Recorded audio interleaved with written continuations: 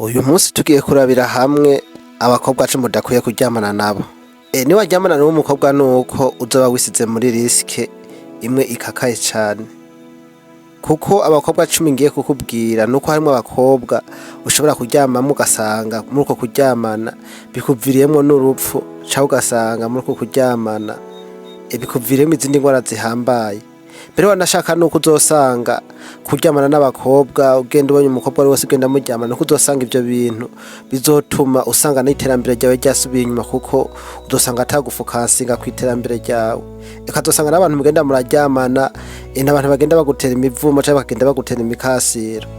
Rero nuko wobana nanje kuva ku ntango gushika kweretse kugira ngo ndagusigurire umenye neza abakobwa ukiye kwirinda mu ryamana n'abandi mutoryamana. Inamba aribwo bwa mbere ubugishitse ngaho kuri urubuga nuko ukora sabone ngaho kuri ku mafaranga. Hamaze nanje ndagushikiza bino biganiro ni ntampa Pascal.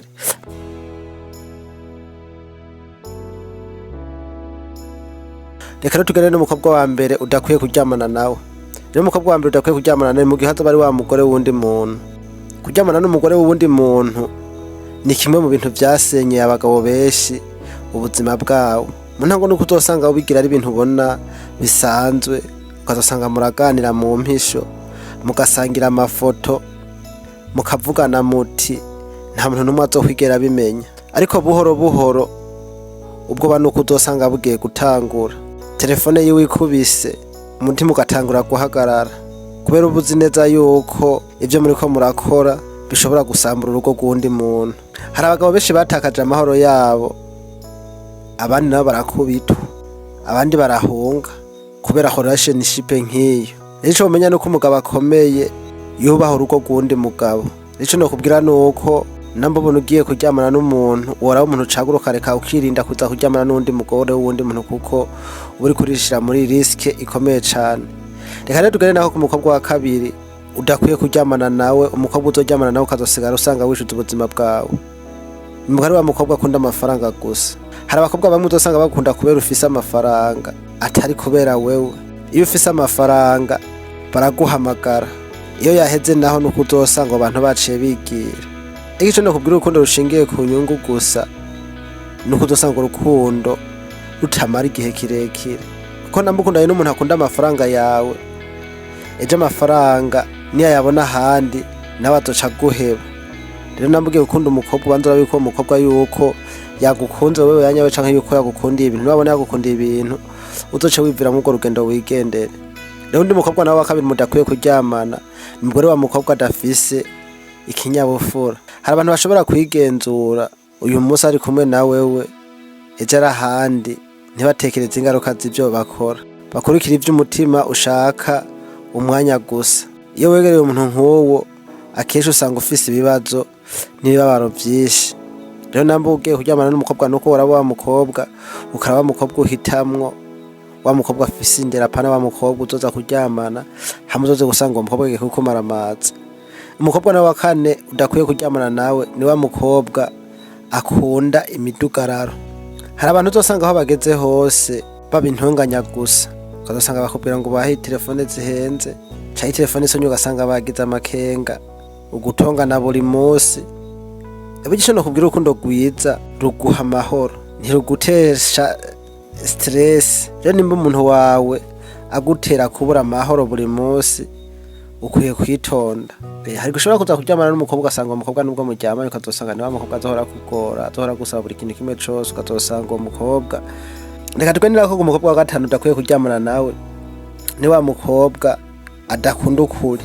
Mugazo bari umuntu mukundanye ukabona n'uwo muntu akubesha ibintu bito bito, ejo nuko azoheza akakubesha ibintu bikomeye cane. Ico nokubwira icizere niwo mushinge w'urukundo, kandi icizero gitakaye na relationship yose nuko uzoca usanga igiye gutakara. Rero nambugiye gukunda umukobwa uraba mukobwa avuga ukuri, uraba mukobwa atabesha. Kuko nibaza n'umukobwa abesha nuko uzosanga bigiye gukomera, nuko uzosanga ari ibintu atari vy'amateka. Reka tugende nawe ku mukobwa wa gatandatu udakwiye kuryamana nawe ni umukobwa akunda kugukinisha.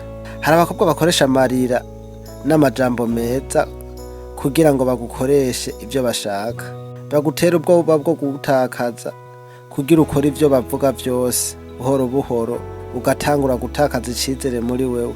rero nambugiye gukundana n'umukobwa banza wa mukobwa atari wa mukobwa yaje mu bintu byo gukinisha ahubwo wa mukobwa ari seriye kuko niwe yubaka. Nambugiye kuraba umukobwa ubona ni wa mukobwa ubona nyene byase nyene uzosanga nubwo uzomuzana uzosanga atakivuyemo.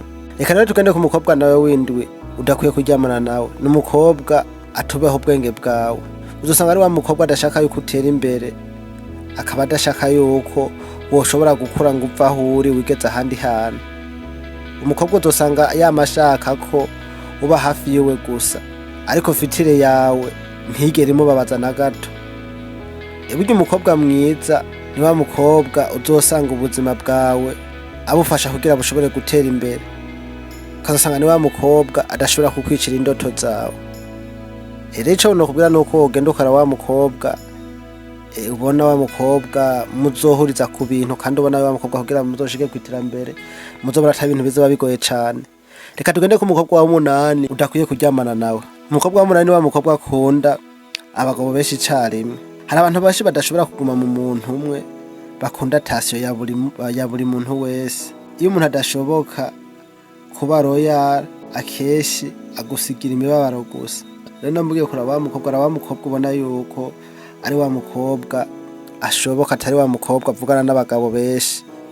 Reka rero tugende ku mukobwa w'icenda nawe udakwiye kuryamana nawe, ni wa mukobwa atazi ico ashaka mu buzima.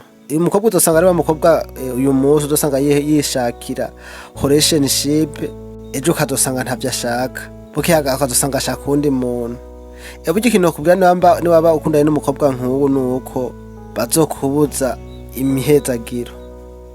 Ni wa mukobwa utoshobora gusanga ugiye kushakana nawe ukazosanga ubuzima bwawe ugiye usigaye wicuza.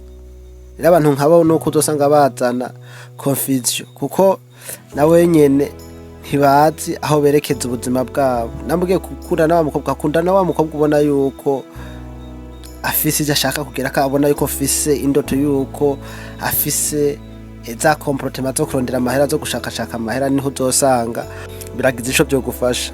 Reka tugende ku mukobwa wa nyuma. Umukobwa wacu mariwe wa nyuma niguhe mudakwiye kuryama, ni wa mukobwa adafise indero. Rero nimba umuntu atagacira afise, ashobora gukora ikintu cyari cyo cyose igihe avyumviriyemwo mu gihe bidahindutse. Ariko ico nokubwira nuko indero ari uzosanga igiye kurinda umuntu. Iyo umuntu atagira indero, respect n'ubuntu na relationship iba ikibazo gusa. Ukuri rero nuko si umuntu wese akuryohera aba akwiye kuba hafi yawe. Hari decision zimwe na zimwe umuntu afata mu kanya gato, ariko zikamusenyera imyaka myinshi. Umugabo si uryamana n'abakobwa benshi, ahubwo ni wa mugabo amenya uwo akwiye kwegera n'uwo akwiye kwirinda. Ubaho ubuzima bwawe, ubaho ifitire yawe, kandi ugiye guhitamwo neza. Nimba washimye iki kiganiro ntiwibagire kugira udakoze sabone, ukore na like kugira ngo ntuzosubire gucikwa n'ibindi biganiro bigufasha gutera imbere. Ciao ciao.